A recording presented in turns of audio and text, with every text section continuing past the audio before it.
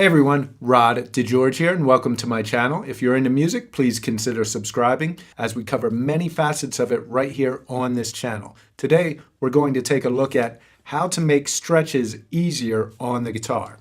So for example, something as simple as the A major scale on the 5th fret, or A Ionian as a lot of people may look at it. You may be familiar with it, hearing people sing do, re, mi, fa, sol, la, ti, do. All right, what we're doing here, I'll start from the A on the first string. A, B, C sharp, okay? For a lot of people, that may seem like a pretty tough stretch, at least in the beginning.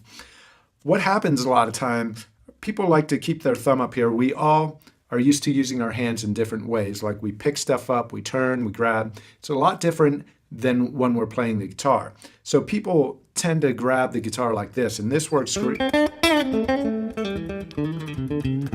like bluesy type licks and stuff like that, bends.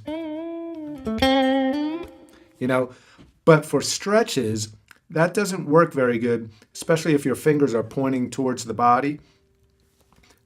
My pinky can't even reach that C sharp here, okay? So that would not work for me. So what I have to do is I drop my thumb, bring my elbow in, and then I can easily reach this. I could reach a lot further, okay? But when I'm like this, I cannot reach that.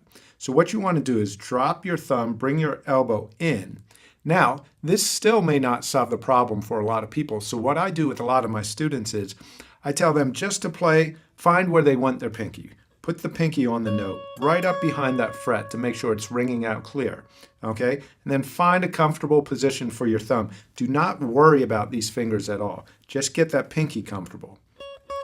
And then once that's comfortable, not with your thumb up here, with your thumb low, then you just reach back with your first finger, okay? Now, do you see how this pinky is curved and this part of your palm is close to the neck? Our first finger can be stretched out and straight. We have a lot more strength in our first finger than we do in our pinky. So our pinky needs to be a little bent here to have more focused energy on the string, okay? So what we can do, start with the pinky or whatever finger you're stretching to, start there and then reach back. And that'll give you a better position to make that stretch. So when we have chords like this, where we have to stretch, same type of stretch, see my pinky is pretty straight on and bent. Well, my first finger, what I do is I bring this palm closer here, my elbow in, keep these fingers bent, and then my first finger reaches back. So say you wanted to do, say, a C sharp diminished lick. Now that would have a minor third on top of another minor third. So here we have a 2 fret stretch, and here we have a 2 fret stretch. Skip a string.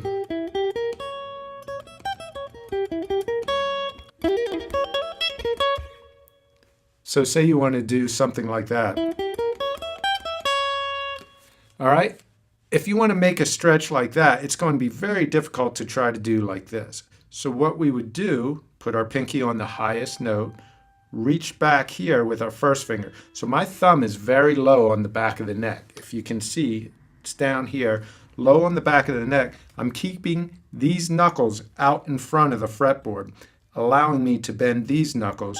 I start with the pinky and then reach back.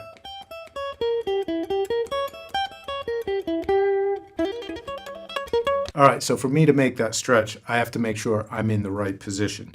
Again, thumb low in the back of the neck, elbow and wrist, the elbow in, the wrist in a position where these knuckles are parallel to the neck.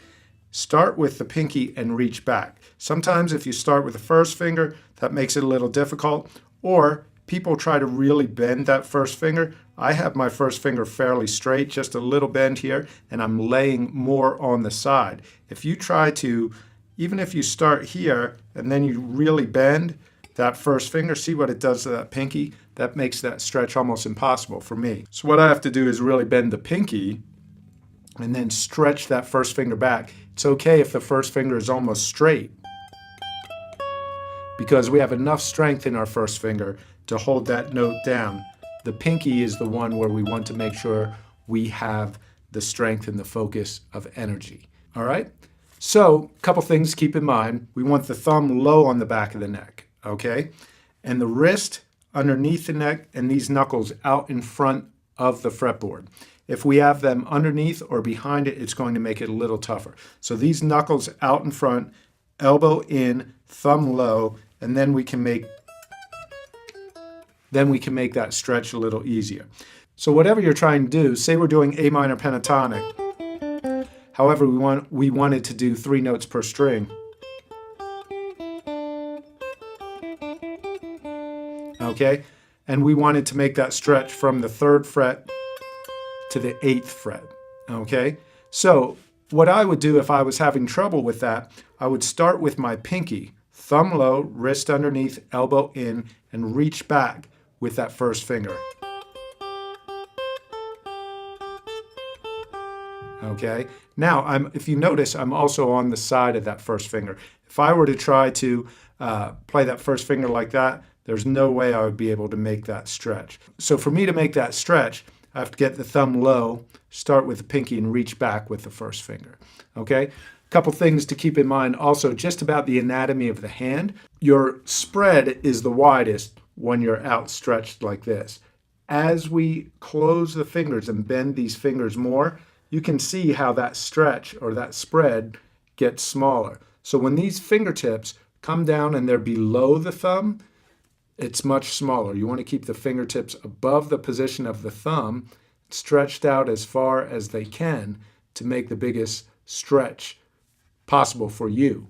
So what we have to do then, if I turn this around, that thumb has to be low on the neck, elbow in, like I've said many times so far. You're probably sick of hearing it, but okay, that will help you make those stretches much easier. So hopefully you enjoyed that and found it helpful. I'd also like to let you know that I do have a free lesson for switching chords quickly and easily down in the description box below. Just click the link and it's yours absolutely free. Also, if you like this video, please click the like button. If you want to see more videos, hit the subscribe button. Also, hit the bell notification next to the subscribe button, and YouTube will let you know when I release a new video. That being said, I'm Rod DeGeorge. Thanks so much for watching, and I hope to see you again soon. Enjoy your day. Peace.